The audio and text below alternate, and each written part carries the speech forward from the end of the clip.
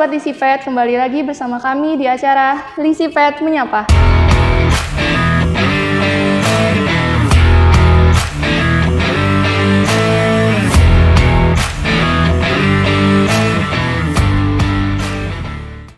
Perkenalkan, saya Puspa Sipa Awalia selaku host pada episode kali ini. Lisipet Menyapa merupakan suatu program talk show yang menghadirkan narasumber kompeten di bidang kesehatan hewan dan masyarakat veteriner. Oke Sobat Lisipet, pada episode sebelumnya kita telah membahas mengenai layanan unit diagnostik yang ada di BBPSI Veteriner. Nah, pada episode kali ini kita akan membahas mengenai laboratorium bakteriologi.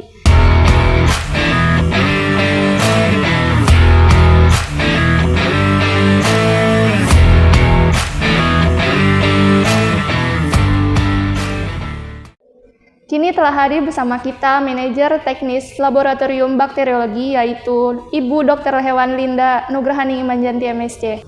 Baik Ibu, apa kabar? Kabar baik Mbak Puspa. Oke, sebelum kita mulai boleh nih kita sapa para Sobat Lisipet yang sedang menonton. Oke. Halo Sobat Lisipet.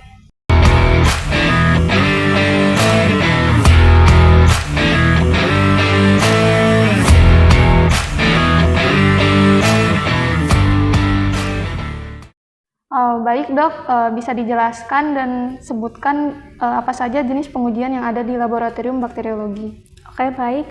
Untuk jenis pengujiannya itu secara umum ada isolasi identifikasi bakteri, bisa meliputi untuk deteksi bakteri Staphylococcus, kemudian Salmonella, E. coli, Listeria, dan jenis bakteri lainnya yang diinginkan oleh customer. Kemudian ada uji serologi seperti uji RBT, CFT, kemudian MAT.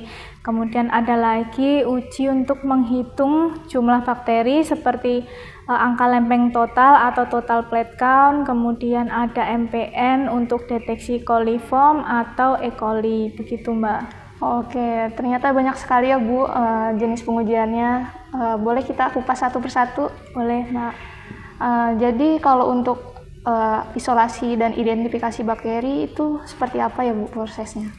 Baik, untuk isolasi identifikasi itu secara umum kita dapat mengambil sampel dari organ hewan, kemudian organ yang lain, kemudian dari manusia dan juga lingkungan, untuk selanjutnya ditumbuhkan pada media yang spesifik untuk deteksi bakteri tertentu. Untuk selanjutnya dilakukan identifikasi morfologi, kemudian biokimia, serta bisa dilakukan juga pengujian molekuler atau PCR, gitu Mbak.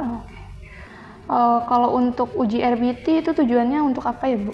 Baik, kalau untuk uji RBT merupakan deteksi serologi untuk mendeteksi adanya antibodi khususnya Brucella abortus pada sampel darah yang bisa diambil dari hewan ternak seperti sapi, kambing, dan domba.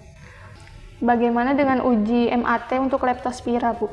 Kalau untuk uji MAT Leptospira, prinsipnya sama, merupakan uji serologis untuk deteksi adanya antibodi spesifik terhadap beberapa serovar Leptospira, baik yang patogen maupun non-patogen. Sampelnya bisa diambil dari darah manusia ataupun juga darah hewan. Jadi kalau untuk fungsi TPC itu untuk apa ya Bang?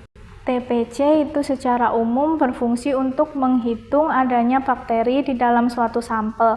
Jadi untuk mengetahui apakah sampel tersebut itu layak dikonsumsi, misalnya untuk produk hewan layak dikonsumsi atau tidak, begitu Mbak.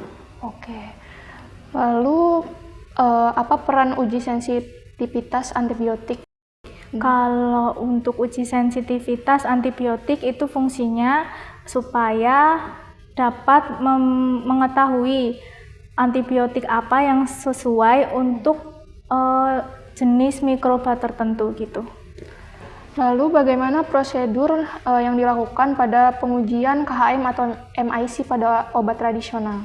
Oke, untuk uji MIC itu biasanya menggunakan disdifusi. Jadi nanti jika ada sampel obat tradisional maka akan ditentukan beberapa konsentrasi obat, kemudian akan direndamkan pada disdifusinya untuk selanjutnya diuji ke mikroba yang diinginkan, begitu Mbak. Kalau untuk manfaat uji coliform dan E. coli itu seperti apa, Bu? Oh, kalau untuk MPN coliform dan E. coli itu hampir mirip sama TBC, sama-sama untuk menghitung adanya cemaran mikroba, khususnya biasanya di sampel air ataupun makanan. Oke. Lalu bagaimana peran BSIP veteriner ini dalam menjamin kualitas serta keakuratan hasil pengujian, Bu? Baik, beberapa ruang lingkup pengujian yang ada di lab bakteriologi sudah terakreditasi oleh SNI ISO IC 17025-2017, kemudian peralatan yang digunakan sudah terkalibrasi, serta biasanya kami selalu rutin melakukan validasi metode yang digunakan. Begitu, Mbak. Oke, baik. Oke, baik.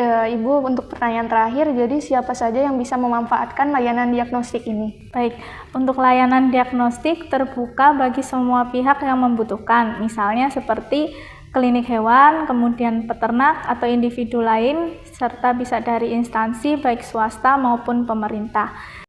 Kami siap membantu kebutuhan diagnostik terkait bakteriologi untuk mendukung kesehatan manusia dan hewan. Oke, terima kasih Bu Linda atas waktunya dan informasinya mengenai jenis pengujian yang ada di lab bakteriologi. Sama-sama, Mbak.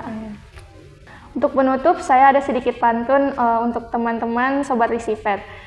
Jika hewan sehat menjadi harapan, jangan ragu lakukan pengujian. Di BBPSI Veteriner, solusi didapatkan, menjaga kesehatan, tugas bersama dengan penuh perhatian. Saya Puspasi Pawalia, selaku host pamit undur diri. Jangan lupa like, comment, share, and subscribe media sosial kami. Sampai jumpa di episode selanjutnya.